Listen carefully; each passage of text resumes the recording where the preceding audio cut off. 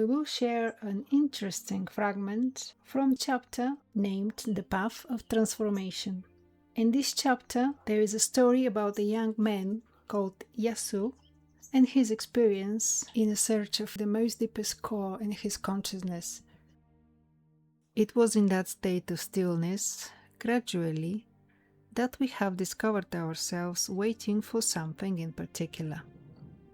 Consciously, nothing gave us any indication of this, but the certainty that we should continue in this had our consideration and adherence. After a few moments, we noticed the person approaching us with a hint of shyness. He introduced himself, telling us his name and the city from which he came. In this story, we will refer to him as Ihasu, energy that will collaborate with him, a current process of expansion and service. The young man's gaze denoted the strong purifying process he was going through. Although the countenance expressed a certain capacity for reflection, the demands that a consequent emotional activity can bring about were present on his face. His first words referred to the hard work that had caused him, after the talk we heard, to decide to approach us to share some aspects of his life. He had come by references, rather vague. He wanted to find out about us. A conversation apparently casual, of which he had participated without intending to, would awaken in him a stimulating need to search Sierra del Cielo. A few days before his visit, a dozen cassettes containing some of our talks and reflections come into his hands, a matter that had allowed him to experience a preparatory synchronization. He was telling us, in a notorious state of anguish, that he didn't know what he was in the world for, that he had always felt discriminated, that his family, as well as transitory quantity of friends, perceive him as a strange and far from reality. "Put your feet on the ground" is one of the phrases he used as an example, referring to which was continually being fired at him. It is just that I think the ones who don't have their feet on the ground are them, continues Ihasu. They're the ones who only care selfishly about life. They don't know how to share. They don't know how to love. They do not appreciate the song of a bird, not even a little silence or solitude. Am I so wrong? You, with all that you have said today, and without me asking anything, you have said everything I would have liked to say. Do you not think the same as I do? Can you live in peace by sharing the world with people like that? Daniel continues. We left the meeting room in the company of Ihasu. We seated down a few meters away from the place, sitting in the front of a small garden table, shaded by the front energy of some native palm trees. That short trip, even though it took only a few moments, was useful for our visitors to relax, thus preparing him for a better interior activity. The rest of the talk barely took about 20 minutes. We only remained silent and quiet while this young man finished his story, except for a few questions internally stimulated to introduce him. The use of drugs and alcohol had misled his consciousness for some time. Then, without any help, according to his words, Ihasu was able to completely turn away from these destructive forces. The large number of young people who currently go through similar processes to our visitor is surprising. Without the strength to cope with the density of the planetary psychic layer, unable to perceive any stability at all, feeling that the future is approaching like a dense cloud of calamities and false promises. Beings whose existence was internally planned, in some cases to develop in concrete psychic conditions more flexibility or permeability. Before the last of those questions that we presented to him, Ihasu felt deeply surprised. The expression of his countenance softened, and the brightness of his eyes intensified in harmonious way. Daniel Gagliardo explained in simple way that the power of instruction could operate in very broad and unprecedented ways, and that both a question and answer could be tools for the consciousness, above all, and mainly, if the inner life could be reflected in them.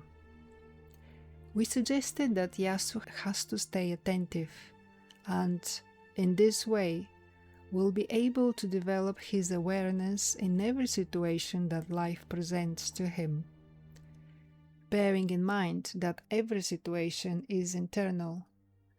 Thus, according to the attitude he was able to cultivate, he would always find the energies to respond.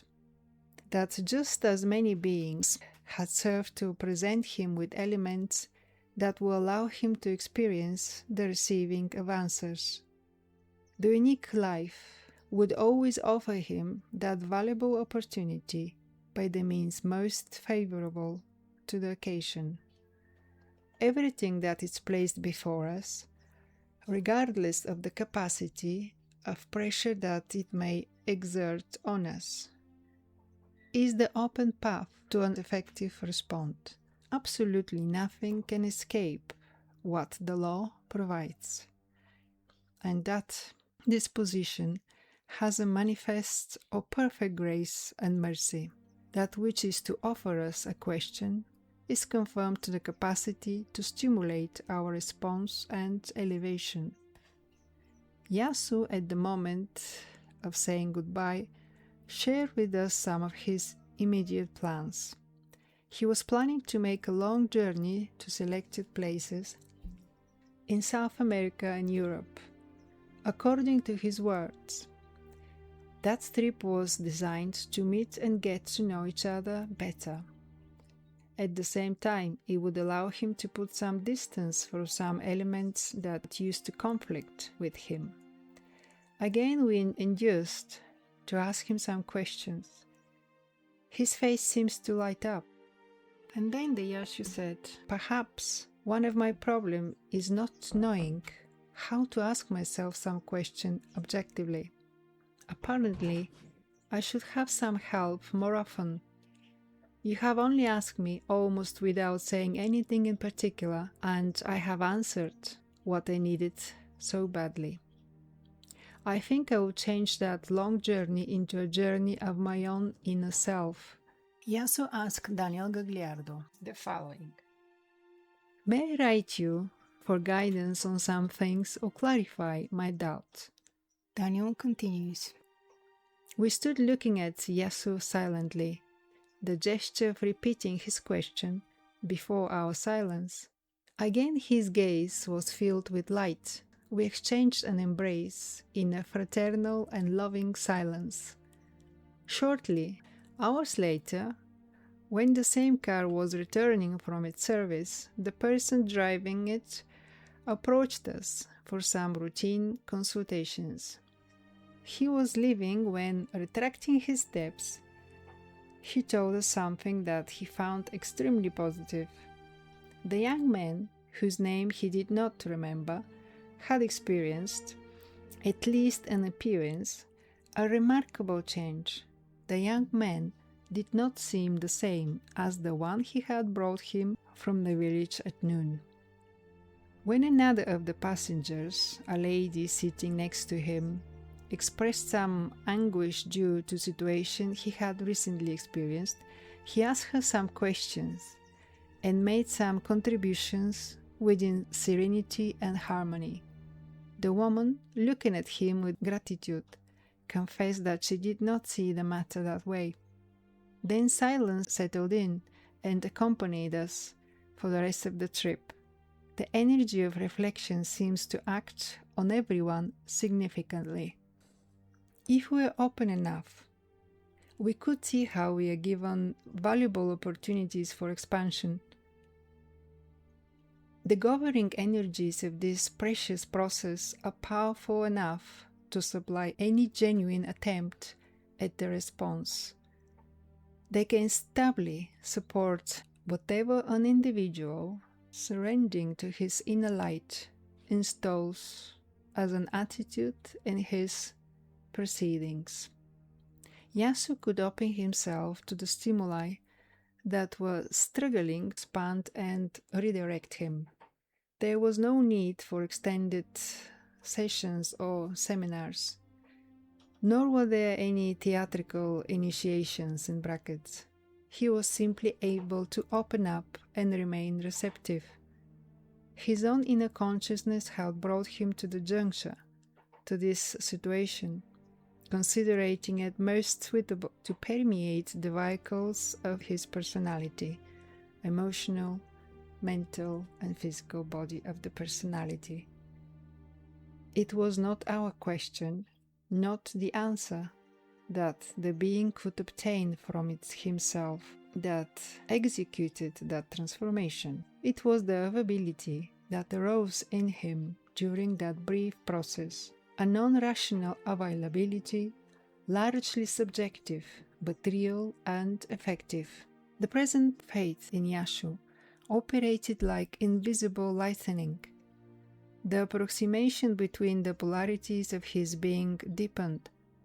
His inner counterpart began to act with greater freedom from the moment on. The collective talk that had preceded our conversation had served sufficiently to polarize Ihasu about his psychic field, assisting him in disregarding with a forced analysis or speculation about reality. Even without noticing it, open to the internal energies that governed that juncture of study, he was confirming the essence of the truth in a spontaneous way, above the conflicting material levels, as well as, until that moment, his habitual development in them. If a being can confirm the truth of the essences beyond the psychic life, he will gradually overcome the position imposed by the forces of these levels, going on to the experience liberation operative in all that the light offers to those who finally renounce to their own darkness. The Path of the Pilgrim, Erks, and the Revelation of Ansenuza, by Daniel Gagliardo, a founder and instructor of the Cosmosophy line Uksim Planetary Service Centre.